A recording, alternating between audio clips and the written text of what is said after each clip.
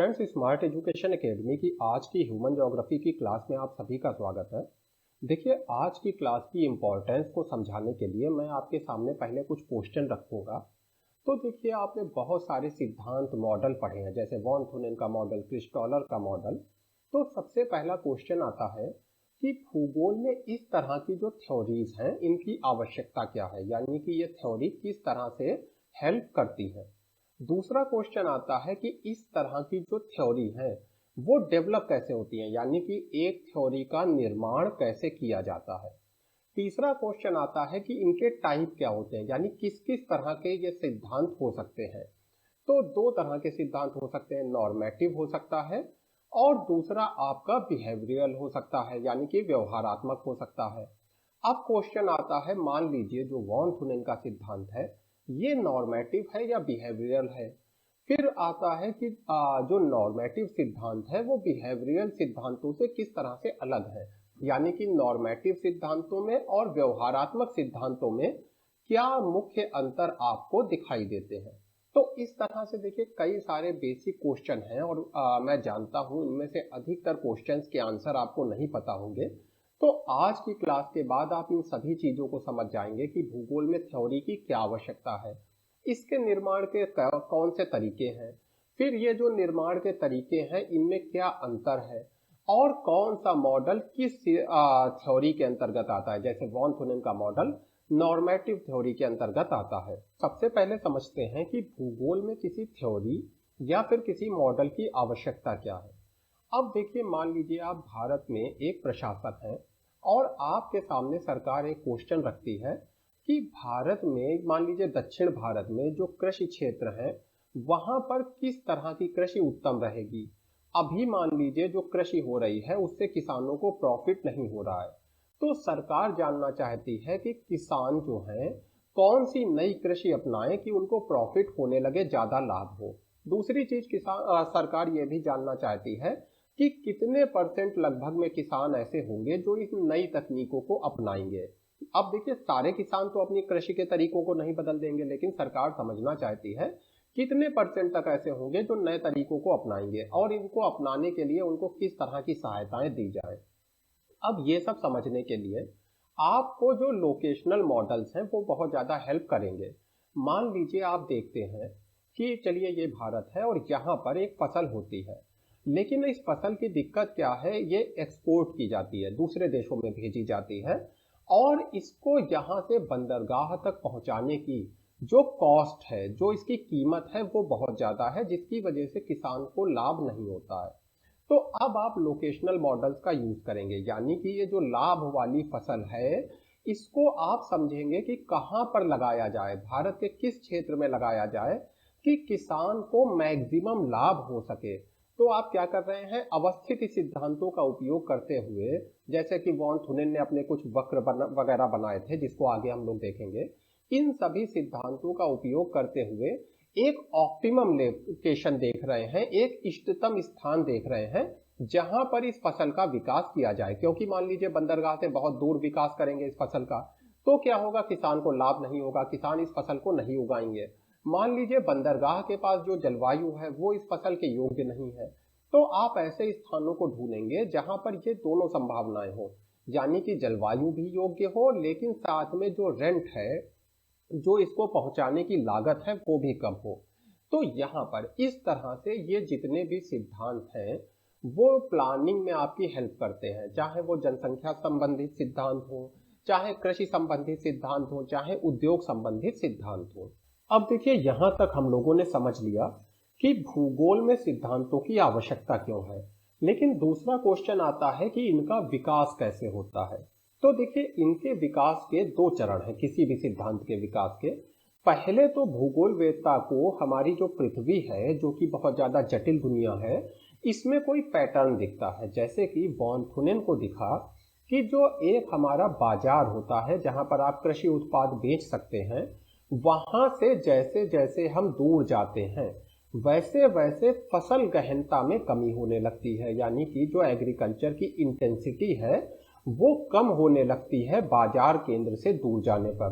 तो आपको क्या दिखा, एक पैटर्न दिखाई दिया इस पैटर्न के आधार पर ही अब आपकी थ्योरी डेवलप होगी, यानी कि आप ये बताएंगे अपनी थ्योरी में बेसिकली कि ये जो पैटर्न दिख रहा है ये क्यों दिख रहा है। एक और पैटर्न हो सकता है, आप देखते हैं कि दो बड़े नगरों के बीच में बहुत ज़्यादा प्रवास होता है, यानी एक नगर से दूसरे नगर बहुत ज़्यादा लोग रोज आते जाते हैं। तो ये पैटर्न मान लीजिए आपको विश्व भर में दिख रहा है, जैसे कि आपको दिल्ली और मुंबई के बीच में भी दिख रहा है, मुंबई और अहमदाबाद के बीच में भी दिख रहा है।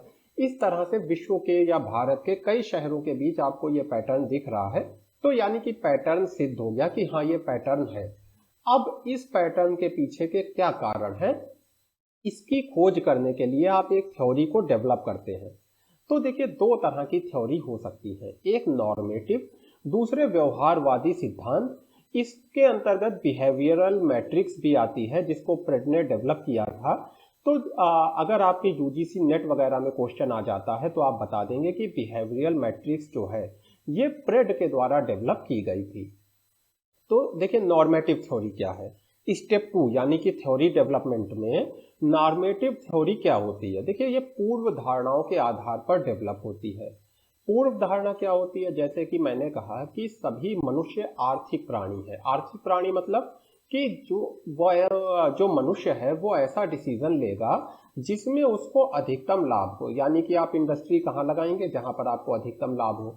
आप अपनी जमीन पर किस चीज की फसल करेंगे, जिस फसल को आप सबसे ज्यादा मूल्य में बेच सकें, आपको सबसे ज्यादा लाभ हो सके। तो इस तरह की जो पूर्व धारणाएं हैं, जैसे एक पूर्व धारणा क्या हो गई कि मनुष्य आर्थिक मनुष्य जो भी मनुष्य जो है वो आर्थिक प्राणी है, ये एक पूर्व धारणा हो गई। इस तरह की अन्य भी पूर्व धारणाओं के आधार पर जो थ्योरीज का डेवलपमेंट होता है उनको कहते हैं नॉर्मेटिव थ्योरी। उदाहरण हो गया वॉन थुनेन का कृषि अवस्थिति सिद्धांत। देखिए वॉन थुनेन का कृषि अवस्थिति सिद्धांत भी यही मानता है कि जो मनुष्य है वो एक आर्थिक प्राणी है। लेकिन अब देखिए तो ये देखिए आपके सामने बेसिकली जो कर्व बना है ये वॉन थुनेन से ही संबंधित है। वॉन थुनेन ने समझाया था कि किस तरह से जो मार्केट से डिस्टेंस है वो फसलों को प्रभावित करता है, यानी कि एक फसल कहाँ तक किस क्षेत्र तक उगाई जाएगी ये इस चीज पे डिपेंड होता है कि मार्केट तक ले जाने में उसको कितना खर्चा आ रहा है, कितना लाभ हो रहा है। जैसे कि जाहिर सी बात है, आपने एक फसल उगाई और मार्केट तक ले जाने में मानिए आपका खर्च हो गया 100 रुपए और ये फसल बिकी 90 रुपए की, तो यानी आपको 10 रुपए का शुद्ध हानि हो गई। तो आप इस फसल को नहीं उगाएंगे। वहीं पर कोई व्यक्ति मार्केट के पास रहता है, उसने जाकर के इस फसल को 90 रुपए का बेचा और ले जाने में केवल 10 रुपए खर्च हुए, तो उसको 80 रुपए का लाभ हो गया। तो जाहिर सी बात है मार्केट के पास रहने वाला व्यक्ति इस फसल को उगाएगा। तो ये सारी चीजें वॉन थुनेन ने अपने मॉडल के आधार पर समझाई थी कि किस तरह से जो लागत है या अन्य इस तरह के जो फैक्टर हैं वो किसी फसल की या कृषि की अवस्थिति को प्रभावित करते हैं। लेकिन अब देखिए इसके ऊपर कुछ जाहिर सी बात है क्वेश्चन उठाए जाएंगे, इसमें कुछ गलतियां निकलेंगी। तो गलती क्या है कि किसानों के पास एक तो पूर्ण ज्ञान नहीं होता, या फिर अगर पूर्ण ज्ञान है भी तो पूर्ण क्षमता नहीं होती है। उदाहरण के लिए मान लीजिए अभी मैं अपने एक फ्रेंड से बात कर रहा था जिसने बताया मुझे कि इस समय जो मशरूम की खेती है उसमें काफी लाभ होता है। इस तरह की उसने मुझे और भी बहुत सारी फसल के बारे में बताया जिसकी खेती करके किसान काफी अच्छा पैसा कमा सकते हैं। क्वेश्चन आता है कि फिर किसान ऐसा करते क्यों नहीं है। पहली चीज है कि उनके पास सूचनाओं का अभाव है, पूर्ण ज्ञान नहीं है उनके पास। दूसरी चीज ये है कि हो सकता है किसान को पूरा पता चल जाए कि इस फसल से इतना ज्यादा लाभ होगा, इस तरह से इस फसल को उगाया जाना है, लेकिन उसके पास वो क्षमता नहीं है, वो टेक्निकल एबिलिटी नहीं है कि वो अपने खेत में पूरी तरह से परिवर्तन करे और इस नई फसल को उगा सके। तो ये जो दो चीजें हैं इसके आधार पर क्या पता चला कि मनुष्य पूरी तरह से आर्थिक प्राणी नहीं हो सकता। क्यों? क्योंकि हो सकता है आपने जैसे देखा होगा कई बार आप अपने घर में पेरेंट्स से कहते होंगे कि ये चीज अमेजोन पे फ्लिपकार्ट पे सस्ती मिल रही है तो ऑनलाइन मंगा लेते हैं, लेकिन आपके पेरेंट्स जोर देते होंगे कि नहीं ऑफलाइन ही ले लेते हैं, देख कर ले लेते हैं। तो अगर केवल मनुष्य आर्थिक प्राणी है तो क्या कहेगा, जहां सस्ती मिल रही है वहां से मंगा लो। लेकिन ऐसा नहीं करता, यहाँ पर ट्रस्ट का भी फैक्टर आ जाता है, यहाँ पर आदत का भी फैक्टर आ जाता है, और जो आपके पेरेंट हैं वो बाजार जाकर खरीदारी कर लेते हैं। तो पूरी तरह से मनुष्य आर्थिक प्राणी नहीं है, ये बात निकल के आई, यानी कि जितनी भी ये पूर्व धारणाएं हैं ये गलत साबित होने लगी, तो इसलिए दूसरे तरह के सिद्धांतों को डेवलप किया गया। दूसरी तरह की थ्योरी कौन सी होती है? नॉर्मेटिव थ्योरी स्टेप 2 में देख ली। दूसरे तरह की थ्योरी होती है व्यवहार सिद्धांत, बिहेवियरल मैट्रिक्स, जिसको प्रेड ने डेवलप किया।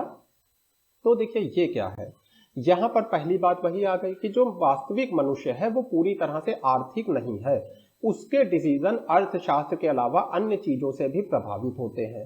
तो अब जाहिर सी बात है, बिहेवियरल थ्योरी में क्या कोशिश की जाएगी, इस चीज को पता करने की कि मनुष्य के डिसीजंस के ऊपर पर्यावरण का, मनुष्य को उपलब्ध जानकारी का, इस तरह की अन्य चीजों का क्या प्रभाव पड़ता है। यानी कि मान लीजिए एक किसान को यह जानकारी मिल जाती है कि मशरूम की खेती से ज्यादा लाभ है, तो इस जानकारी का उस किसान के डिसीजन पे क्या प्रभाव है। फिर वो जिस पर्यावरण में काम कर रहा है, जिस तरह का उसका इन्वायरमेंट है, उसका किसान के डिसीजन पर क्या प्रभाव है। तो इन सारी चीजों को बिहेवियरल सिद्धांतों के अंतर्गत समझने की कोशिश की जाती है, जिससे ठीक ठीक अनुमान लग सके। मान लीजिए आप एक जगह पर, चलिए यही मशरूम का एग्जांपल लेते हैं, मान लीजिए ये एक प्रदेश है, आप चाहते हैं यहाँ पर किसान मशरूम की खेती करें या फूलों की खेती करें, कोई विशेष तरह का फूल है उसकी खेती करें।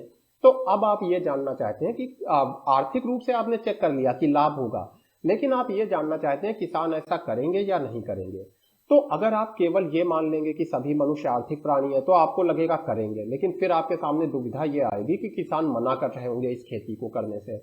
तो अब आपको क्या करना होगा, आपको यही देखना होगा किसानों की एक विशेष पर्यावरण में, एक विशेष तरह के पर्यावरण में किसान किन चीजों को चुनते हैं, किन विकल्पों को चुनते हैं, ये आपको पता करना पड़ेगा, यानी किस तरह से निर्णय लेते हैं।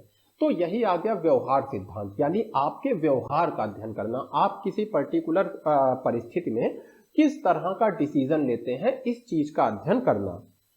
तो अब देखिए यहां पर एक चीज आती है, उप इष्टतम निर्णय, इसको इंग्लिश में कहते हैं सब ऑप्टिमल डिसीजन। इंग्लिश पीडीएफ आपको अवेलेबल रहेगी, जो 1 तारीख को मैं आपको पीडीएफ सेंड करता हूं। नीचे एक फॉर्म दिया होगा, बेसिकली फॉर्म को भर दीजिए।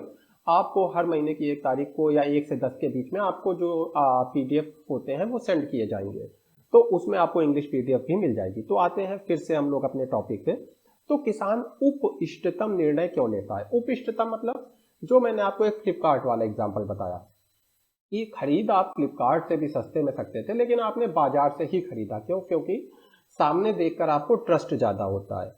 तो इस तरह के उप इष्टतम निर्णय के पीछे क्या कारण होता है? जैसे किसान यहाँ पर आलू भी उगा सकता है, गन्ना भी उगा सकता है, या मान लीजिए बाजरा भी उगा सकता है और गन्ना भी उगा सकता है।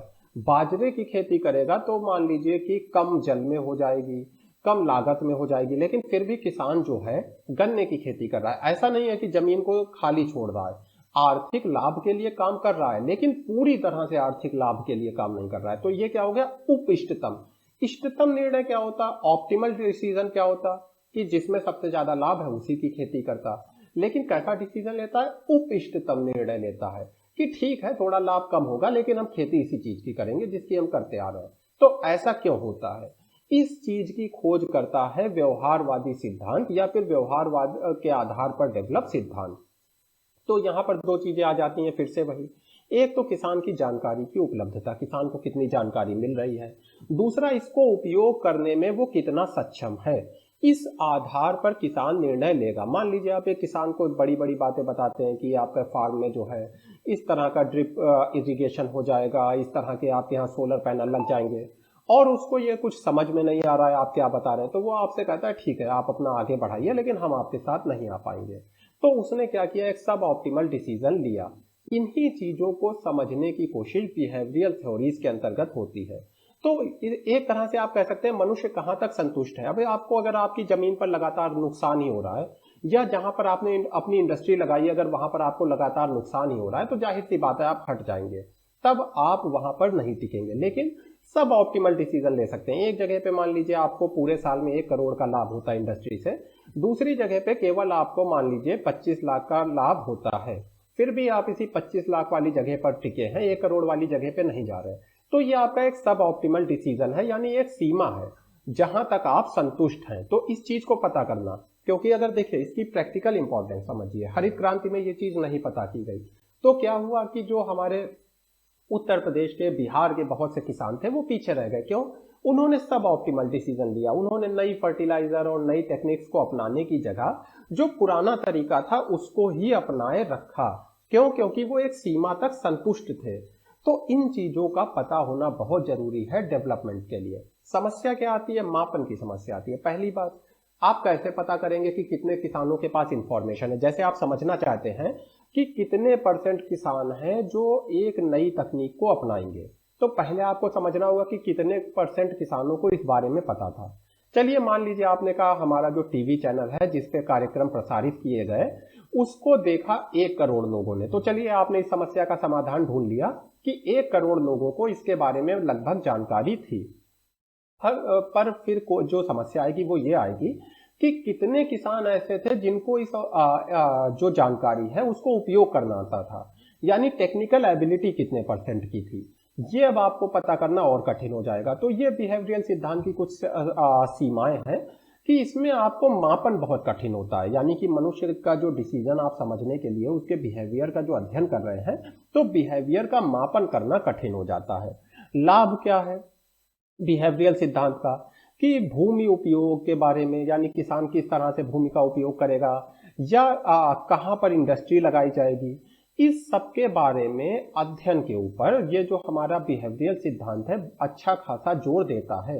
यानी इस चीज की जरूरत को स्पष्ट करता है कि आपको पता होना चाहिए कि लोग निर्णय कैसे लेते हैं। किसी जगह पे इंडस्ट्री लगाना है तो इसके पीछे कौन कौन से कारक हैं जो व्यक्ति के निर्णय को प्रभावित करते हैं।